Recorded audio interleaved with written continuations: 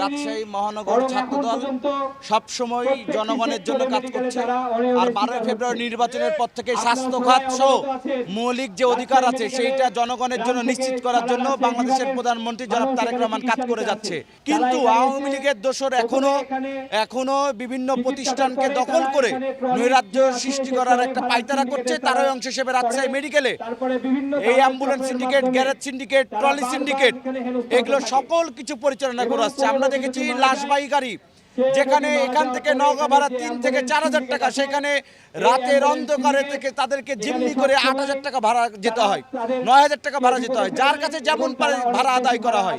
এখানে সরকার মেডিকেল কর্তৃপক্ষ থেকে নির্ধারণ করা থাকলেও তারা এই ঘটনাগুলো ঘটিয়ে যাচ্ছে। এখানে ভ্যানের ভাড়া এখান থেকে লক্ষ্মীপুর যেতে 400 টাকা নেওয়া হয়, ট্রলি জোরপূর্বক রোগীর স্বজনদের কাছে 200 থেকে 300 টাকা নেওয়া হয়। এখানে সকল কিছুর সাথে জড়িত এই পরিচালকের সাথে এপিএস যে সুমন, এডি আবু তালেব এবং ডিডি হাসানুর রহমান হাসিব, অ্যাকাউন্টে আছে বুলবুল, পরিচালকের পিএস সুমন এবং গ্যারেজ পরিচালনা করছে। 3 মাস দুর্নীতি করে বিনা টেন্ডারে গ্যারেজ পরিচালনা করেছে এবং রাতে 11টার সময় 11টার পরে গেলেই আপনার হচ্ছে 50 টাকা নির্ধারণ করা ছিল, সেটা ছাত্রদল এসে বন্ধ করেছে। আরেকটা বিষয় আপনারা খেয়াল করবেন যে দেখেন খাবারের এখানে নিম্নমানের খাবার দেওয়া হয়, এখানে ওষুধ রোগীকে কিনানো হয়, সেলাই সুতা কিনানো হয়, কিন্তু সকল কিছু অতিরিক্ত কিনে এখানে রেখে দেওয়া হয়, দুর্নীতি করা হয়।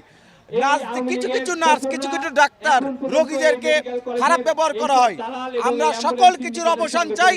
আর আমরা বিশ্বাস করি বাংলাদেশের প্রধানমন্ত্রী জনাব তারেক রহমান, দেখবেন যে গতকালকে 500 কিলোমিটার মানে পরপর 10 কিলোমিটার পরপর কিন্তু অ্যাম্বুলেন্স দেওয়ার জন্য সড়ক পরিবহন সেতু মন্ত্রীকে অ্যাম্বুলেন্স দিয়েছে। সেজন্য আমরা বলতে চাই বাংলাদেশের প্রধানমন্ত্রী জনাব তারেক রহমান মানবিক কাজ করছেন, জনগণের জন্য কাজ করছেন। অবশ্যই এই অ্যাম্বুলেন্স সিন্ডিকেট থাকতে দেওয়া হবে না। এর সাথে জড়িত আওয়ামী লীগ ফ্যাসিস্টের সময় রাব্বুল এবং জনির নেতৃত্বে অ্যাম্বুলেন্স সিন্ডিকেট চলছে, এটা উৎখাত করা হবে, কোনোভাবে মেনে নেওয়া হবে না। আপনারা জানেন যে আমাদের এই রাজশাহী বিভাগীয় শহরের অন্যতম প্রাণকেন্দ্র এই রাজশাহী মেডিকেল। এই রাজশাহী মেডিকেলে আমাদের বিভাগের বিভিন্ন প্রান্ত থেকে বিভিন্ন প্রান্তিক শহরের মানুষরা এখানে আসে। অনেক সময় দেখা যায় যে অনেক গ্রামের মানুষ যারা নিরক্ষর, যারা পড়াশোনা জানে না, তারা এখানে চিকিৎসা নিতে এসে বিভিন্ন সময় বিভিন্ন ধরনের হয়রানির শিকার হয়। অধিকাংশ সময় যে হয়রানির শিকারের যে মূল জায়গাটা দেখা যায়, ট্রলির মাধ্যম দিয়ে তাদেরকে একটা জোর জবরদস্তিভাবে রুগী নিয়ে যে টাকা নেওয়ার একটা বিষয় থাকে।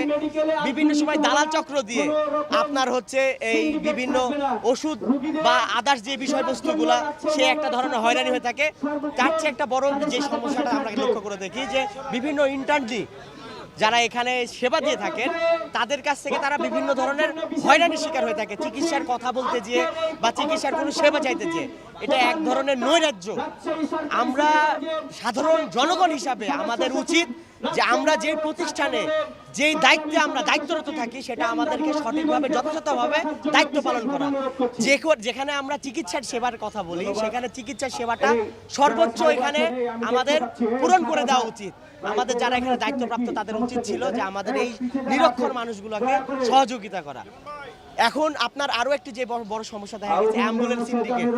এখানে যখন কেউ মৃত্যুবরণ করে অ্যাম্বুলেন্স সিন্ডিকেটে তারা একটা নির্ধারিত ভাড়া নির্ধারণ করে রাখে, যে ভাড়ার বাইরে এই যতগুলো অ্যাম্বুলেন্স থাকে এই ভাড়ার বাইরে কেউ যাইতেও পারে না। কেউ যদি কোনো কিছু করতে চায় তাকে সরাসরি শারীরিকভাবে হয়রানি করা হয়। এটা এক ধরনের নৈরাজ্য, এটা কখনো হতে পারে না। তাই আমরা রাজশাহী মহানগর ছাত্রদল, এই বাংলাদেশ জাতীয়বাদী দল সবসময় জনগণের পক্ষের দল ছিল। বর্তমানে এই বাংলাদেশের প্রধানমন্ত্রী দেশটা জনাব তারেক রহমান, তিনি জনবান্ধব কর্মসূচি নিয়ে আমাদেরকে সবসময় অগ্রযাত্রায় এগিয়ে যেতে বলেছে। তারই ধারাবাহিকতায় বর্তমান প্রধানমন্ত্রীর দেখানো নির্দেশে আমরা সাধারণ জনগণের পাশে এসে দাঁড়িয়েছি। আমরা চাই আমাদের সাধারণ জনগণের যে মৌলিক অধিকার, সেই মৌলিক অধিকারের এই অংশ হলো চিকিৎসা সেবা। সেই চিকিৎসা সেবায় যদি কেউ কোনো ধরনের অনিয়ম করার চেষ্টা করে সেই যেই হোক তার বিরুদ্ধে আমরা অবস্থান নিয়েছি, অবস্থান চলবে।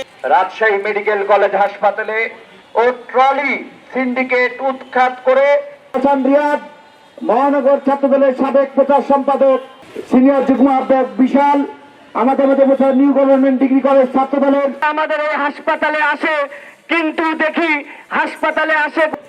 আমরা এখন সমাবেশ পরিচালনা করার জন্য অনুরোধ করছি